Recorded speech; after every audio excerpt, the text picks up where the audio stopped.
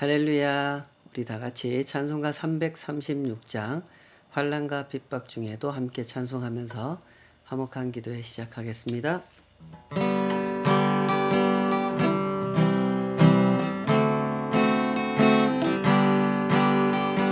환난과 핍박 중에도 성도는 신앙 지켰네. 이 신앙 생각할 때에 기쁨이 충만하도다. 성도의 신앙 따라서 죽도록 충성하겠네. 옥중의 배인 성도다. 양심은 자유 얻었네. 우리도 고난 받으며 죽어도 영광 되도다. 성도의 신앙 따라서 죽도록 충성하겠네. 성도의 신앙 본받아 원수도 사랑하겠네. 인자한 언어 행실로 이 신앙 전하리라. 성도의 신앙 따라서 죽도록 충성하겠네.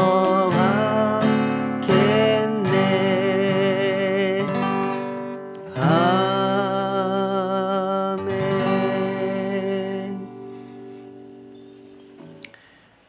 아버지 하나님, 주님의 부르심 앞에 오늘도 겸손하게, 참으로 겸손하게 주님 앞에 서기를 소원합니다. 인생을 살아가며 매일 저희들이 고백하는 것은 참 어렵다는 것입니다. 세상은 너무나 크고 저희들의 삶은 너무나 작고 또한 어렵습니다. 주님의 비추심이 없이 진실을 볼 수 없으며 주님의 인도하심이 없이 우리의 인생 그 한 걸음이 진실된 길을 가기가 어렵습니다. 아버지 하나님, 오늘도 이 종들을 불쌍히 여기시고 하나님께서 보여주신 것, 그것을 볼 수 있도록 우리의 눈을 밝혀주시옵소서. 한 사람의 성도가 하나님으로 인하여 걸어가는 그 길에 영광을 알게 하시고 기쁨을 알게 하시며 그 길에 가치와 의미 안에서 주님을 더욱 신실하게 체험해가는, 주님을 따라가는 저희들의 한 걸음이 되도록 오늘도 꼭 붙잡아 주시기를 소원하며 예수님의 이름으로 기도하옵나이다. 아멘. 사무엘상 16장 1절에서 23절까지 오늘 주신 말씀으로 내가 이미 그를 버렸노라, 이런 제목으로 함께 하나님 말씀 헤아려 보도록 하겠습니다. 오늘날 민주주의 국가에서는 상당한 에너지를 선거에 쏟고 있습니다. 지역단체장 선거, 교육감 선거, 국회의원 선거, 대통령 선거 등등 4년에 한 번씩, 5년에 한 번씩 이 선거가 돌아오는데 이것만 해도 1, 2년에 한 번씩 이렇게 선거가 치러지게 되는 상황이죠. 그런데 이 선거를 치를 때 보면 언제나 어려운 것이 그 사람을 알기가 어렵다는 거죠. 여러 후보가 표를 구하는데 누구에게 표를 줘야 할지 그 사람 됨됨이를 알아보기가 참 어렵습니다. 그 사람의 이력이든지 그 사람의 능력이든지 워낙 조작되거나 부풀려지거나 축소, 은폐되는 그런 것들이 많고 유권자의 입장에서는 그런 것들을 다 파헤칠 수도 없는 입장이다 보니 인물을 판단하는 것 자체가 사실상 불가능한 일이 아닌가 이런 생각이 들죠.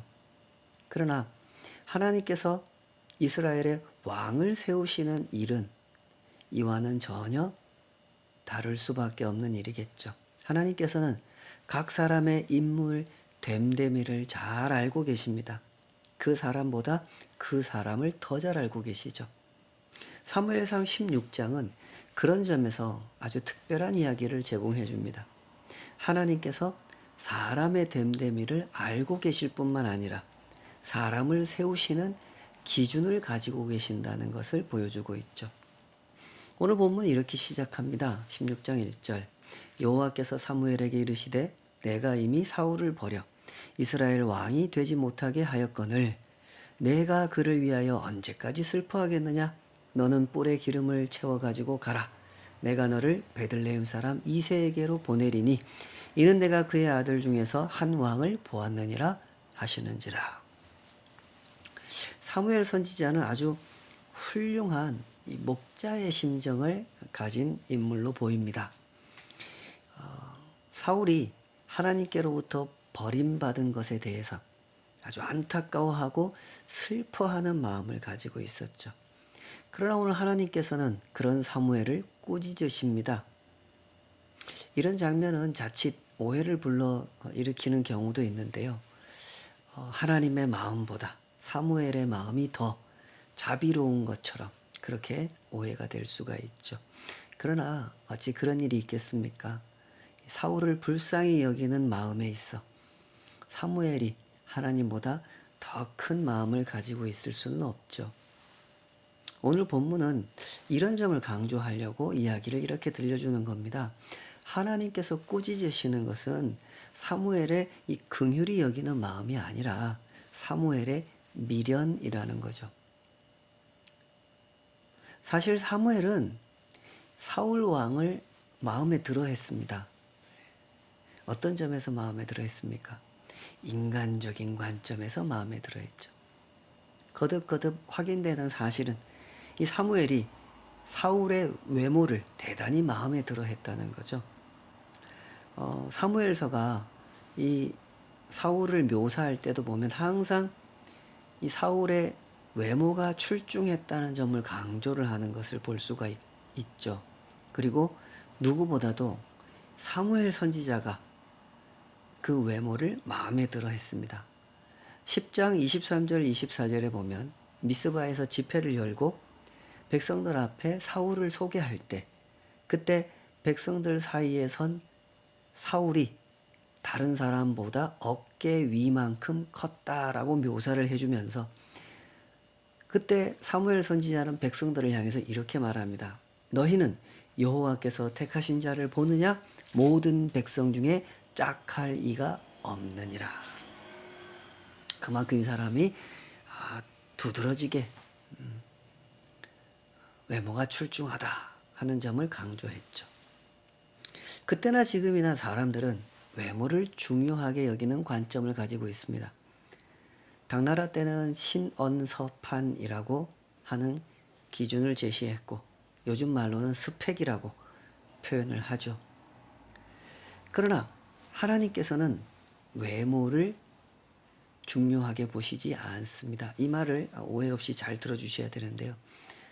외모를 아무것도 아니다라고 생각하신다는 뜻이 아니라 외모보다는 중심을 더 중요하게 보신다. 이 얘기를 하는 거죠. 자, 그리하여 이 사무엘은 하나님의 명을 받게 되고 하나님의 꾸지람을 받으면서 하나님의 명령을 받고 베들레헴으로 내려가 이새의 집을 방문하게 되죠. 이미 다윗을 낙점하신 하나님께서 이 사무엘을 불러 이새의 집에 가서 기름 부을 것을 명하시는 이 장면은 이야기의 구성이 전반적으로 아주 긴장되는 그런 분위기를 자아내고 있다는 것을 보여줍니다. 사무엘 선지자가 그 명령을 받고 죽음을 걱정하죠. 사울이 저를 죽이려고 할 겁니다. 그리고 사무엘의 방문을 받은 이 베들레헴의 장로들도 긴장을 합니다. 역시 비슷한 염려를 하는 것이죠. 엄연히 왕이 있는 이 상황에서 새로운 왕을 선정하고자 하는 사무엘의 움직임, 그리고 그런 움직임에 동조하고 있는 것 같은 그런 낌새를 현직 왕에게 눈치채게 했을 때 그것으로 인해서 자신들이 당하게 될 위험을 이 사람들이 이렇게 느끼고 있었던 거죠.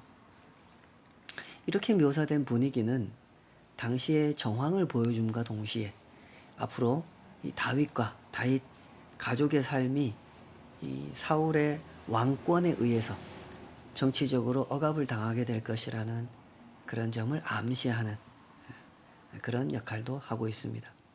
그러나 그 무엇도 하나님의 일을 방해할 수는 없는 거죠.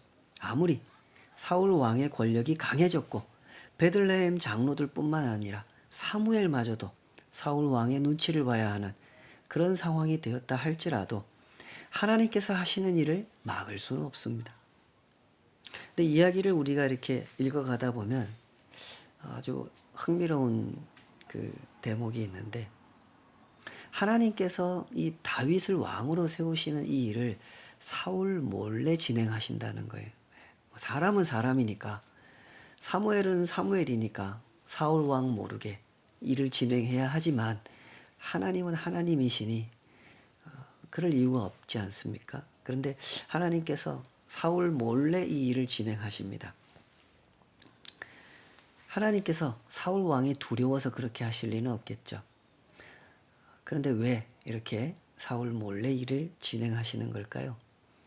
사무엘서 기자가 이런 장면을 통해서 보여주고자 하는 것은 바로 이런 거죠.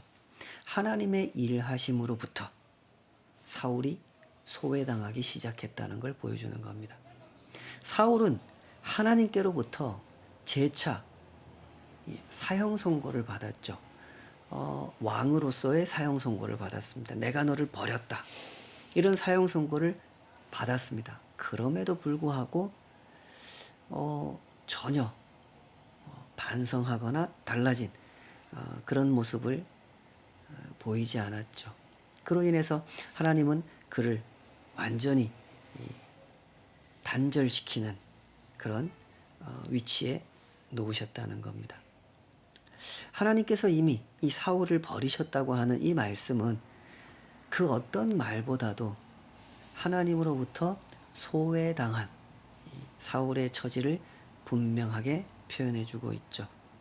하나님은 그런 맥락에서 이미 새로운 왕을 낙점하셨고 그 후로부터 사울은 더 이상 하나님의 계획을 알 수가 없고 하나님의 말씀을 접할 수도 없었고, 심지어 여호와의 영이 떠나버리고 악령이 그의 마음을 사로잡게 됨으로써 번뇌하게 되는 그런 고통 속에 놓이게 되었다는 것이죠.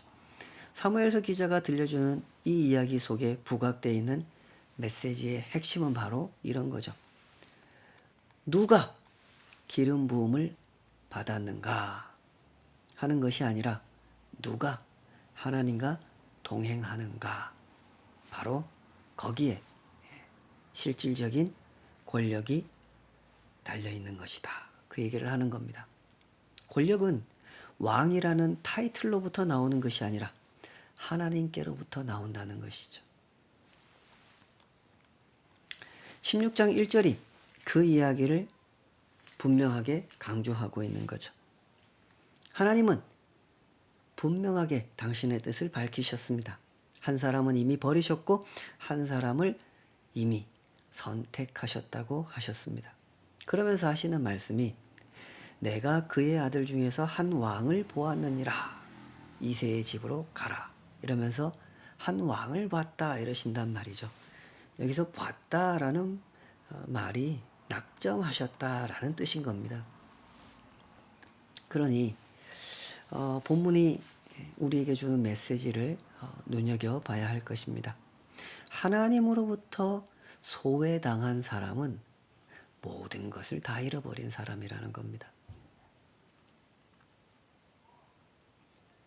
그러나 여전히 이 세상의 수많은 사람들은 하나님을 잃고도 잃은 줄을 모르는 상태로 살아가는 경우가 아주 많죠. 모든 것을 다 얻은 양, 하나님을 잃은 상태로 돈을 줬고, 하나님을 잃은 상태로 명예를 줬고, 하나님을 잃은 상태로 인맥과 권력을 주면서 사울처럼 살아가는 사람들이 많습니다.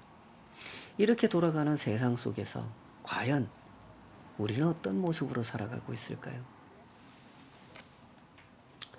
한편 여기에 또 한 가지 흥미로운 사실이 있습니다. 실제로는 앞으로도 약 13년 정도 사울은 왕으로서의 지위를 유지한다는 겁니다. 하나님이 말씀하시기를 내가 사울 왕을 버렸다 이러셨는데 그 뒤로도 사울은 13년 동안이나 계속 왕으로 산다는 겁니다. 그런데 하나님은 내가 사울을 버렸다 이러셨단 말이죠. 이 말씀은 어떻게 이해해야 될까요? 하나님의 섭리라는 것을 간단한 공식으로 정리할 수 없다. 이걸 좀 생각하셔야 됩니다. 하나님은 항상 우리가 판단할 수 있는 것 이상의 판단을 하시고 그 위에서 섭리하시죠. 사울은 사울대로 다루시고 다윗은 다윗대로 다루십니다. 사울을 왕으로 세우실 때 보면 어떤 장애물이 하나도 없죠. 일사천리로 사울은 왕이 됩니다. 그러나 다윗을 세우실 때는 굉장히 천천히 굉장히 어렵게 진행이 됩니다. 약 13년의 고난의 세월을 보내게 하시죠. 이것은 우리가 다 헤아릴 수 없는 하나님의 경륜이고 하나님의 섭리인 것이죠. 다만 우리가 여기서 놓치지 말아야 하는 사실은 하나님께는 그럴 만한 이유가 있다는 겁니다. 왜 그렇게 하셨는지 사울도 모르고 다윗도 몰랐으나 하나님께는 다 그럴 만한 이유가 있었던 거죠. 우리가 분명히 알 수 있는 사실은 이겁니다. 이런 과정을 거치면서 하나님께서 섭리하시되 사울에 대해서는 심판하시고 다윗에 대해서는 연단을 허락하셨다는 겁니다. 앞으로 펼쳐지는 이야기들 속에서 연단은 거듭거듭 강조되는 이 다윗 인생의 화두로 자리를 잡고 있는데요. 우리 하나님은 결코 필요 없는 것을 주시는 분이 아니라는 것. 우리가 이걸 생각해야 됩니다. 하나님께서는 다윗을 다윗 되게 하기 위하여 사울에게는 주지 않으셨던 연단을 많이 주셨다는 것을 보게 되는 거죠. 그러므로 하나님께서 사람에게 주시는 연단을 우리가 어떻게 받아야 되겠습니까? 안타깝게도 우리는 성경이 말씀하시는 바와 반대로 판단할 때가 많은 것 같습니다. 누군가 어려운 일을 계속해서 겪어가는 모습을 보면 저 사람 하나님께 버림받았다. 내지는 벌을 받는다. 이렇게 해석하는 경우가 많죠. 그러나 오늘 본문은 분명하게 말씀해 줍니다. 요셉의 인생도 그걸 말해 주죠. 하나님이 주시는 연단은 그렇게 속단할 수 있는 것이 아닙니다. 다윗을 다윗 되게 하시고 요셉을 요셉 되게 하시는 하나님의 섭리가 그 속에 있다는 것을 볼 수 있어야 되는 것이죠. 그러므로 우리가 연단을 어떻게 받아야 되겠습니까? 감사하는 마음으로 받아야 하지 않겠습니까? 베드로 사도는 성도들을 향한 편지에서 연단을 이렇게 설명했죠. 베드로전서 1장 7절 공동 번역으로 좀 읽어보겠습니다. 그것은 여러분의 믿음을 순수하게 만들기 위한 것입니다. 결국 없어지고 말 황금도 불로 단련을 받습니다. 그러므로 황금보다 훨씬 더 귀한 여러분의 믿음은 많은 단련을 받아 순수한 것이 되어 예수 그리스도께서 나타나시는 날에 칭찬과 영광과 영예를 차지하게 될 것입니다. 여러분이 단련받는다는 사실, 연단받는다는 사실, 그것을 기쁘게 여기라 하고 설명하고 있죠. 그러므로 부디 이 연단의 의미를 잘 헤아리시고 하나님께서 연단을 주시거든 잘 받아내시기 바랍니다. 그때 우리는 하나님의 손에 의해서 빚어지는 인생이 될 것입니다. 사무엘 선지자는 이제 베들레헴에 도착합니다. 이새의 아들들을 만나게 되죠. 그리고 이새의 장자 엘리압의 외모를 보고 섣부른 판단을 내립니다. 아, 이 사람이구나. 하나님이 이 사람을 왕으로 낙점하셨구나 라고 생각을 했죠. 그러자 하나님께서 또 한 번 사무엘 선지자를 꾸짖는 장면이 나옵니다. 16장 7절 성경에서 아주 유명한 구절이죠. 여호와께서 사무엘에게 이르시되 그의 용모와 키를 보지 말라. 내가 이미 그를 버렸노라. 내가 보는 것은 사람과 같지 아니하니 사람은 외모를 보거니와 나 여호와는 중심을 보느니라 하시더라. 하나님께서는 이 엘리압을 선택하여 세우신 적이 없습니다.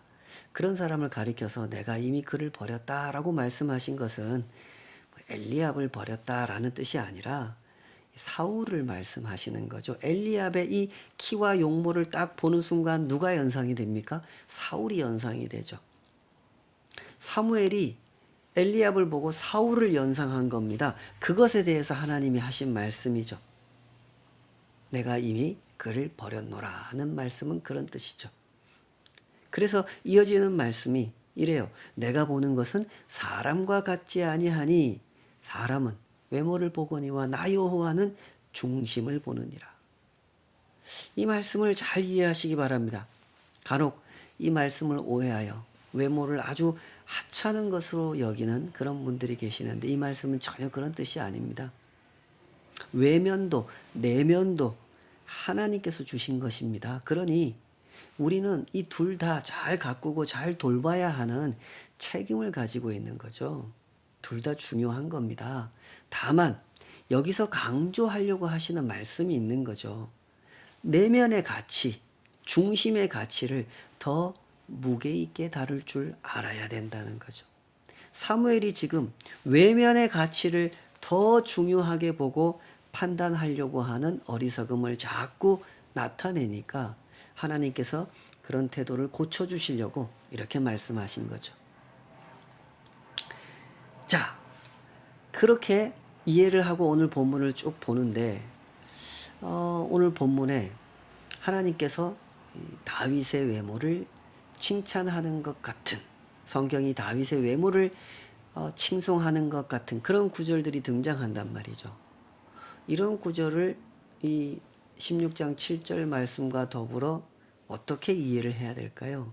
16장 12절에는 다윗을 이렇게 묘사합니다. 그의 빛이 붉고 눈이 빼어나고 얼굴이 아름답더라. 16장 18절 다윗을 아는 자가 사울 왕에게 다윗을 천거하면서 이렇게 말하죠. 수금을 탈 줄 알고 용기와 무용과 구변이 있는 준수한 자라. 여호와께서 그와 함께 계시도이다.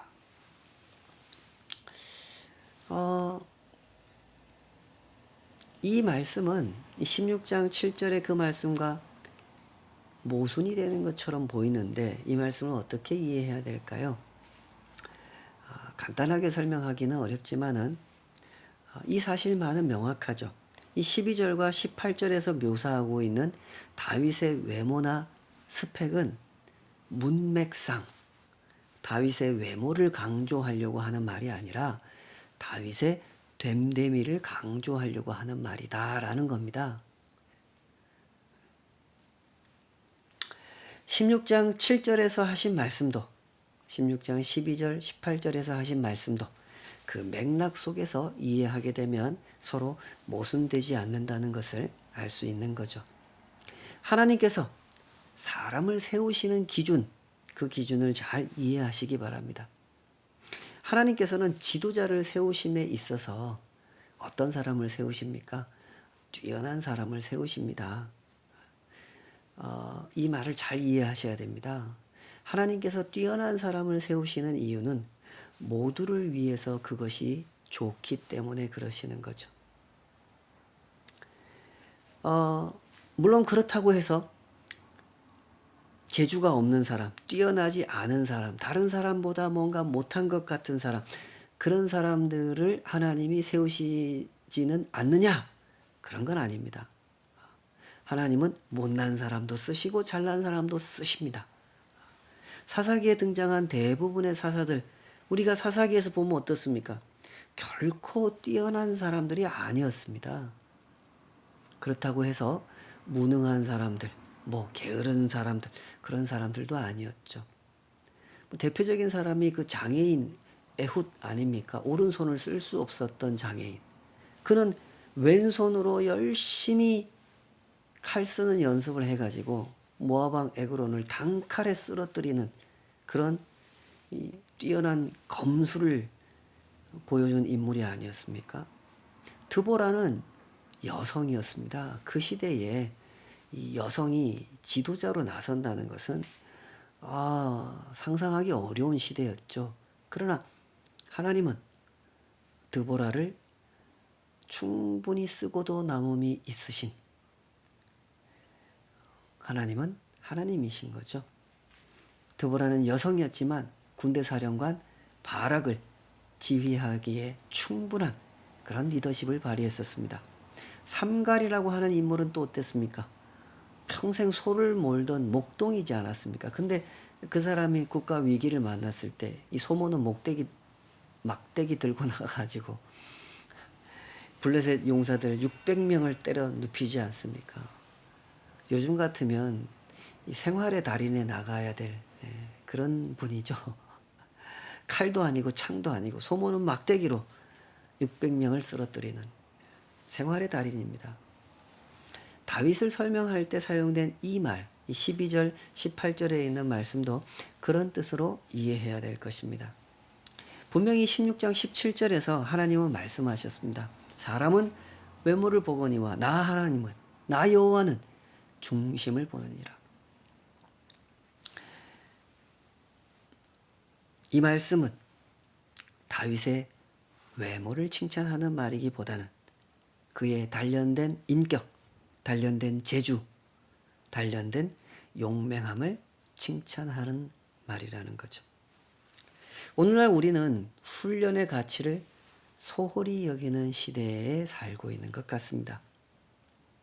이렇게 부유한 환경에 살아가면서도 많은 사람들이 금수저, 흙수저 이런 것을 논하면서 패배의식 속에 살아가죠. 인생을 마치 정해진 운명대로 사는 것처럼 나는 금수저를 물고 태어나지 못해서 요 모양 요 꼴로 산다 하는 자조적인 하소연을 내뱉으며 살아갑니다. 그러나 그런 말들이 결코 옳은 말이 아니라는 것, 성경은 그런 견해를 지지하지 않는다는 것, 우리가 이것을 분별해 볼 줄 알아야 할 것입니다. 인생은 가꾸는 것이고 더 정확하게 표현을 하자면 나를 빚으시는 하나님의 손에 나를 맡겨드림으로써 가꾸어지는 것입니다. 다윗의 아버지는 꽤나 잘난 사람이었던 것 같습니다. 재산도 넉넉하고 아들을 8이나 두었고 선지자가 왔을 때 그 잘난 아들들을 7명이나 선지자 앞에 탁 내놓을 수 있을 만큼 다윗의 아버지 이새는 그런 점에서 좀 잘난 사람이었던 것 같습니다. 그러나 이 잘난 아버지 이새의 마음에 다윗은 제외된 아들이었죠. 사무엘 선지자가 7명을 다 보고 하나님이 아니라고 하니까 아들이 다 여기 있느냐 이렇게 묻지 않습니까? 그때 이새가 대답을 합니다. 근데 다윗에 대해서 대답을 할 때 그 이새가 하는 말을 보면 이새가 다윗을 어떻게 생각하고 있는지가 그대로 드러나죠. 다윗을 보고 뭐라 그럽니까? 16장 11절에 이 막내라는 표현을 씁니다. 이 막내라는 말은 우리말로 번역할 때 이렇게 번역을 한 거고 히브리 말로 작은 자라는 뜻입니다. 얘는 작은 애입니다. 얘는 뭐 안 보셔도 됩니다. 이런 뉘앙스를 담고 있는 표현인 거죠. 다윗은 그때 양을 돌보고 있었습니다. 그 당시에 고부가가치 사업은 농사입니다. 그러니까 조금 더 기술이 있고 조금 더 많은 재화를 다룰 수 있는 기회를 얻은 사람, 그런 사람들이 농사를 짓는 거예요. 집안에서도. 근데 다윗의 7 형들은 그 일에 참여하는 것이고 다윗은 뭐 요즘 말로 3D 업종이죠. 굉장히 위험하고 더럽고 별로 사람들이 선호하지 않는 그런 직종에, 이 양치는 직종에 다윗을 내몬 거죠. 그래서 작은 자라고 한 겁니다. 그런데 바로 여기에 놀라운 역설이 있죠.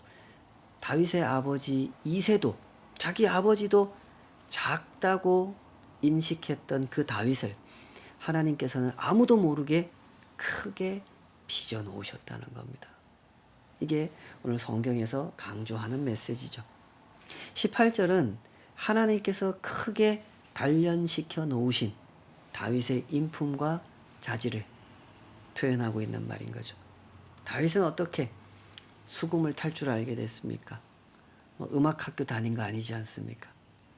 어떻게 그렇게 용기 있는 사람이 됐고 어떻게 무예가 출중한 사람이 됐으며 구변이 뛰어난 사람이 됐습니까?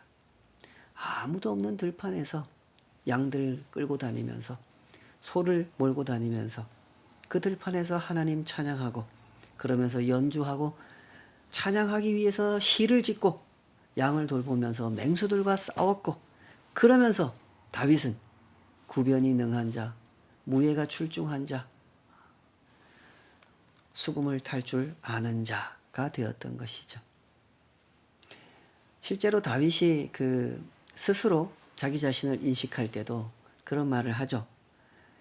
나중에 골리앗과 대적할 때 다윗이 스스로 자신의 용맹함을 이렇게 표현합니다. 사무엘상 17장 34절에서 37절에 보면 여호와께서 나를 사자의 발톱과 곰의 발톱에서 건져내셨은즉 나를 이 블레셋 사람의 손에서도 건져내시리이다. 그렇게 말하죠. 하나님을 믿는다고 하는 사람은 많습니다. 그러나 하나님의 손에 자기 인생을 맡겨드리는 사람은 많지 않죠. 그리하여 스스로 주장하기를 내가 하나님의 사람이라고 말하지만 전혀 하나님의 사람답게 훈련된 모습이 나타나지 않는 그런 사람이 세상에는 많을 수 있는 것입니다. 그러므로 부디 훈련의 가치를 소중히 여기시기 바랍니다. 돈보다 안정된 자리보다 훈련받는 것을 더 가치 있게 여기라는 뜻입니다. 말이 쉽지 이런 일을 소중히 여기는 사람 별로 없습니다. 왜 없습니까? 우리 마음이 다 어리석기 때문이죠. 젊어서 고생은 사서도 한다는 어른들의 말씀을 우리는 잘 헤아리고 싶어 하지 않습니다. 편한 것만을 좋아하죠. 하나님께서는 거듭거듭 말씀하십니다. 내가 이미 그를 버렸다. 그랬죠. 이 말씀은 사울을 버렸다거나 엘리압을 버렸다거나 하는 뜻이기보다는 사람들이 주목하는 기준, 그 잘못된 기준을 버려야 된다 하는 말씀인 거죠.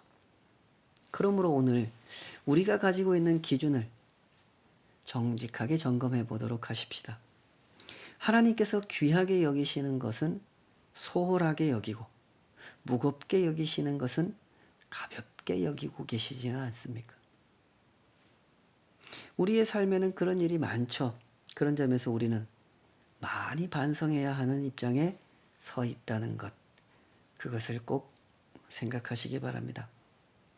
나 여호와는 중심을 보느니라. 하나님께서 그렇게 말씀하셨죠. 중심이란 무엇입니까? 그것은 훈련된 인격을 말하는 겁니다. 하나님의 손에 자신을 의탁하여 빚어지는 인격, 하나님께서 보내신 자리, 하나님께서 세우신 자리, 그 일상에서 하나님 말씀이 빚으시는 대로 빚어지는 인격을 말하는 겁니다. 그러므로 연단이 은혜인 줄 아시고 연단이 축복인 줄 알아. 그 풍성한 은혜를 감사한 마음으로 누리는 저와 여러분의 순례길이 되었으면 좋겠습니다. 우리 같이 기도하시겠습니다. 아버지 하나님, 부디 우리의 마음을 정직하게 하여 주시옵소서. 하나님의 눈으로 우리 자신이 살아온 삶을 헤아려 볼 수 있도록, 그리하여 하나님께서 이 순간 우리 자신에게 어떠한 연단을 주기 원하시는지, 어떻게 나를 빚어가기 원하시는지, 그것을 주목하며 한 걸음 한 걸음 주의 말씀을 따르는 저희들의 순례길이 되기를 원합니다. 주여, 우리를 불쌍히 여기시고 놓지 마시옵소서. 하나하나 가르쳐 주시고 만져주시고 깎아주시고 빚어주시기를 오직 주님의 그 선하신 손에 의탁하오니 주여 우리와 함께하여 주시옵소서. 예수님의 이름으로 기도하옵나이다. 아멘.